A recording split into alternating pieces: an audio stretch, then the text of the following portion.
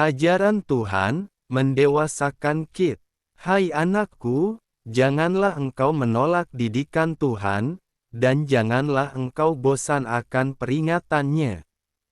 Amsal pukul 3:11. Alasan lain mengapa Tuhan perlu menghajar anak-anaknya adalah, kedua, bagian dari proses pendewasaan. Tuhan menghendaki setiap kita mengalami pertumbuhan rohani. Tidak mungkin kita sudah mengikut Tuhan selama bertahun-tahun tapi tetap saja menjadi bayi rohani, kanak-kanak rohani, atau kerdil rohani, melainkan harus mengalami pertumbuhan dari hari ke hari, sampai kita semua telah mencapai kesatuan iman dan pengetahuan yang benar tentang Anak Allah, kedewasaan penuh, dan tingkat pertumbuhan yang sesuai dengan kepenuhan Kristus. Efesus pukul 4:13. Menjadi dewasa rohani adalah target Tuhan. Ketika kita masih bayi rohani kita membutuhkan susu yang murni, tapi ketika kita beranjak remaja bahkan dewasa di dalam Tuhan kita harus menerima makanan-makanan keras yang memang cocok bagi kita, sebab barang siapa masih memerlukan susu ia tidak memahami ajaran tentang kebenaran, sebab ia adalah anak kecil. Tetapi makanan keras adalah untuk orang-orang dewasa. Ibrani pukul 5:13-14. Karena itu Tuhan perlu menegur kita dengan keras, dan jika perlu Ia akan menghajar kita melalui masalah dan penderitaan supaya kita tidak cengeng, tapi semakin kuat.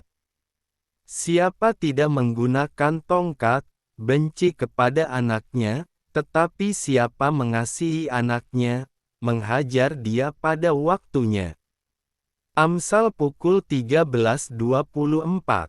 Inilah fakta yang sering dilupakan oleh anak-anak Tuhan, sehingga ketika diperhadapkan dengan masalah, penderitaan, atau kesesakan seringkali kita mudah kecewa, mengeluh, bersungut-sungut, dan berputus asa.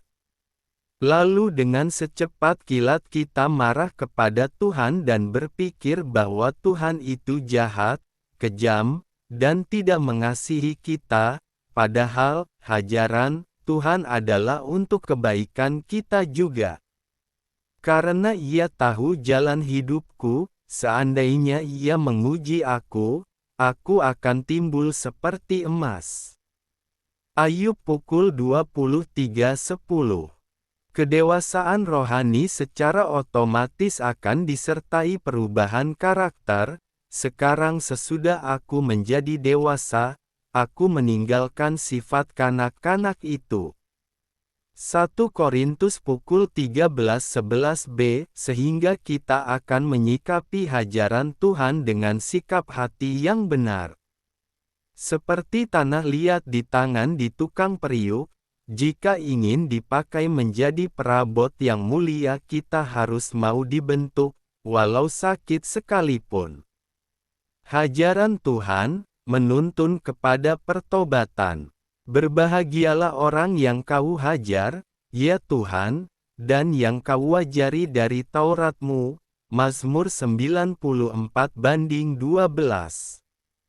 Mendengar kata hajar, umumnya orang mengartikannya negatif.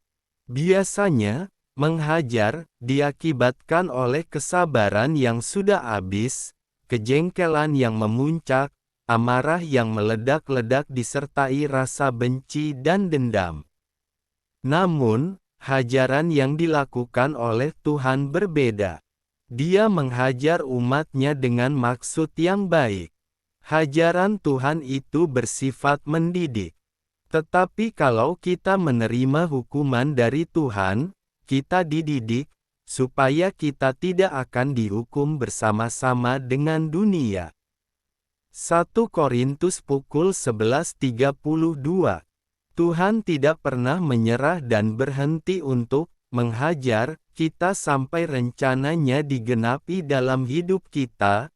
maka janganlah anggap enteng didikan Tuhan, dan janganlah putus asa apabila engkau diperingatkannya. Ibrani 12:5. Mengapa Tuhan sangat perlu menghajar anak-anaknya? Pertama, menuntun kita kepada pertobatan. Daud pun menyadarinya, sebelum aku tertindas, aku menyimpang, tetapi sekarang aku berpegang pada janji-Mu. Bahwa aku tertindas itu baik bagiku, supaya aku belajar ketetapan-ketetapan-Mu. Taurat yang Kau sampaikan adalah baik bagiku, lebih daripada ribuan keping emas dan perak. Mazmur 119, 67,71-72.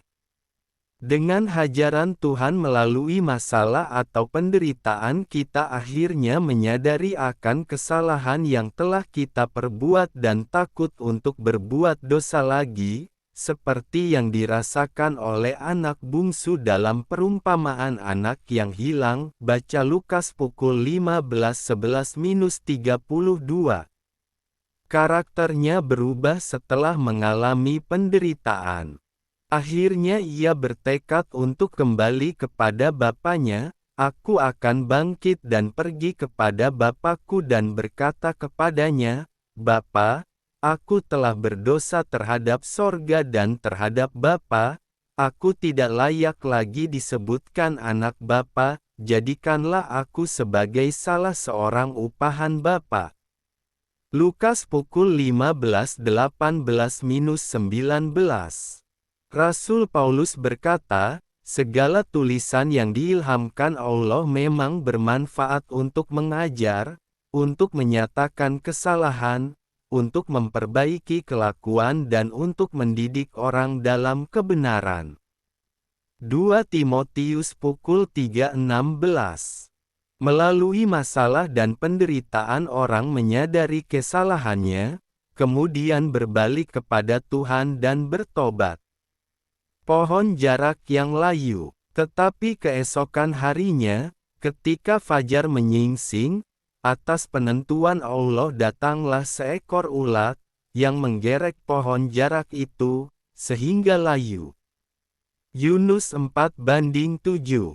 Pohon jarak yang secara ajaib tumbuh menaungi kepala Yunus pada hari sebelumnya yang memberikan sukacita. Yunus yang tadinya berubah dari enggan melakukan tugasnya, mungkin karena alasan politis nasionalis, menjadi marah menjadi terhibur oleh pohon jarak ajaib itu. Gelombang bersukacita karenanya. Hari kedua, pohon jarak itu digerek oleh seekor ulat sehingga menjadi layu.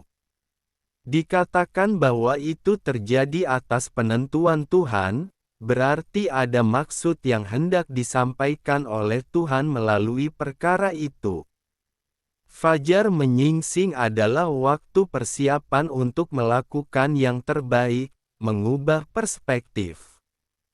Tetapi Yunus masih terpaku pada pohon jarak itu, bahkan pada perkara hidupnya yang pada perkara Niniwe yang diampuni Tuhan yang telah mengesalkan hatinya. Pohon jarak yang layu menegaskan perlunya perspektif.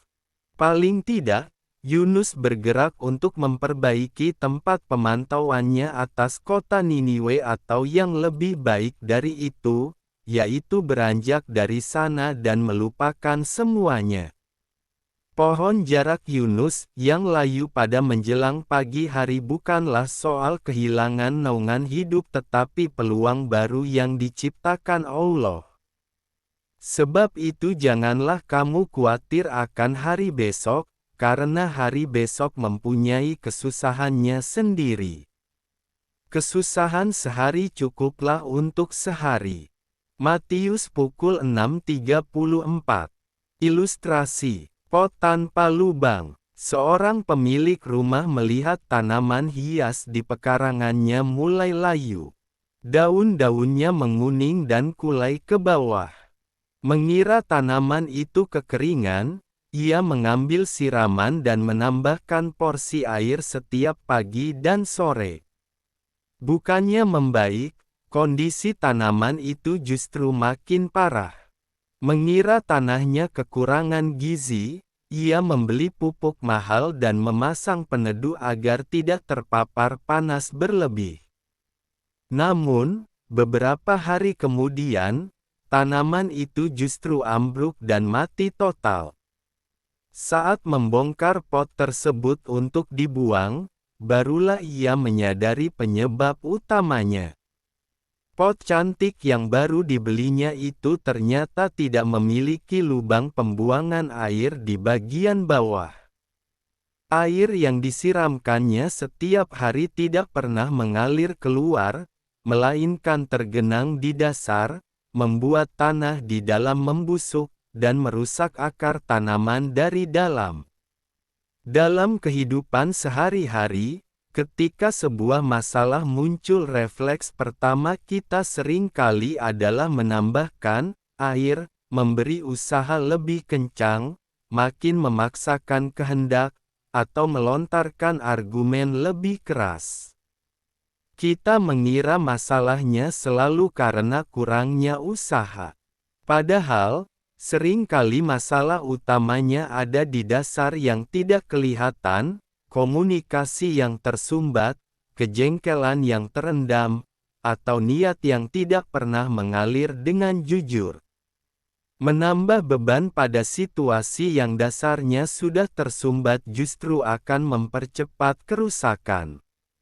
Berhentilah sejenak dan periksalah apa yang selama ini tergenang di dalam hati. Jagalah hatimu dengan segala kewaspadaan, karena dari situlah terpancar kehidupan. Amsal pukul 4:23